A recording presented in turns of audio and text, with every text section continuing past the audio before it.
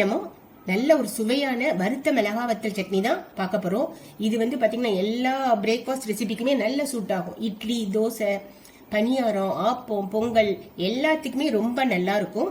இதை வந்து நாங்க வந்து டிராவல்க்கு எடுத்துட்டு போகும்போது நல்ல வதக்கி எடுத்துட்டு போவோம். அப்போ அது நீண்ட நேரத்துக்கு நல்ல கெடாம இருக்கும், நல்ல ஒரு சுவையா இருக்கும். இதை எப்படி செய்யலாம் அப்படிங்கறத நம்ம இப்ப பார்க்கலாம். அதுக்கு பேன் வந்து நான் அடுப்புல வச்சு என்ன செஞ்சிருக்கேன், அடுப்பு ஆன் பண்ணிட்டேன்.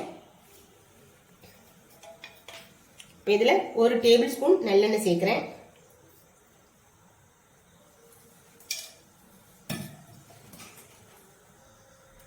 எண்ணெய் நல்லா காஞ்சிடணும். காஞ்ச பின்னாடி நான் வந்து பாத்தீங்கன்னா 1/2 டேபிள் ஸ்பூன் கடலைப்பருப்பு சேர்க்கிறேன்.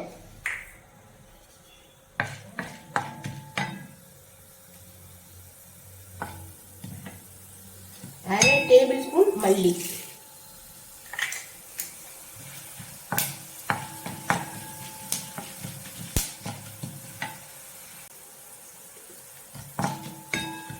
நான் ஒரு 8 வரமிளகாய், நீங்க காரத்துக்கு தக்கன சேர்த்துக்கோங்க.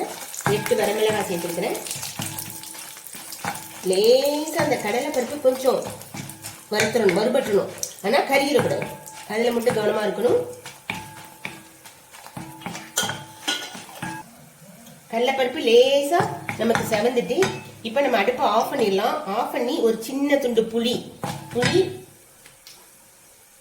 நம்ம தேவைக்கேற்ப கொஞ்சம் காயம் கொஞ்சம் சேர்த்துருக்கிறேன். சூட்ல கல்லுப்பு வந்து ஒரு அரை டீஸ்பூன் கல்லுப்பு சேர்த்துருக்கிறேன். ஒரு அரை மூடி தேங்காய் பூ, அடுப்பு ஆஃப் பண்ணிட்டேன், அரை மூடி தேங்காய் பூ சேர்த்துருக்கிறேன். சேர்த்துட்டு இதை இப்போ நம்ம என்ன செய்யணும், மிக்சி ஜார்ல டிரான்ஸ்ஃபர் பண்ணிட்டு நல்லா ஆறின உடனே ஒரு சட்னியா நம்ம அரைச்சி எடுத்துட்டு வந்துடலாம். இப்போ எல்லாத்தையுமே வறுத்த எல்லாத்தையுமே நான் ஜார்ல சேர்த்துட்டேன். இதை நம்ம ஒரு சட்னியா அரைச்சி எடுத்துட்டு வந்துடலாம். மிக்சி ஜார்ல சேர்த்து நான் சட்னியா அரைச்சி எடுத்துட்டேன். அரைக்கும் போதே நீங்க லேசா உப்பு கரெக்டா இருக்கான்னு பாத்துக்கோங்க. எனக்கு உப்பு பத்தல, என்னால 2 மறுபடியும் உப்பு சேர்த்து நான் அரைச்சி எடுத்துருக்கிறேன். இப்போ நம்ம இதுக்கு தாளிப்பு கொடுத்துடலாம். தாளிப்பு கொடுக்கறதுக்கு வானொலி அடுப்புல வச்சு அடுப்பை ஆன் பண்ணிட்டேன். இப்போ இதுல நல்லெண்ணெய் 1 டேபிள் ஸ்பூன் சேர்க்கிறேன்.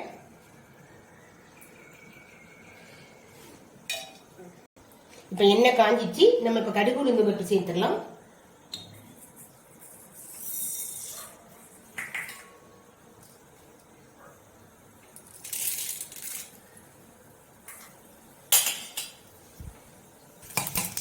கடுகு வெடிக்க ஆரம்பிச்சிச்சு.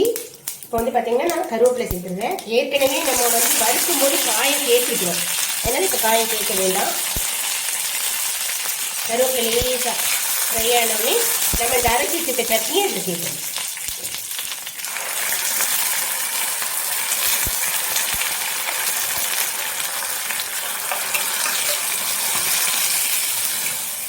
அரைச்சி வச்சுக்க சட்னி அதில் சேர்த்துட்டு நல்லா வதக்கிடணும்.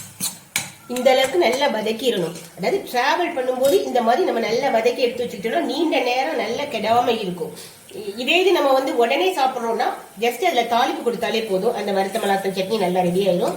இது வந்து டிராவல் பண்ணும்போது இந்த மாதிரி நல்லா வதக்கி எடுத்துட்டு போகும்போது நல்ல ஒரு டேஸ்ட், நல்ல சுவையா இருக்கும்.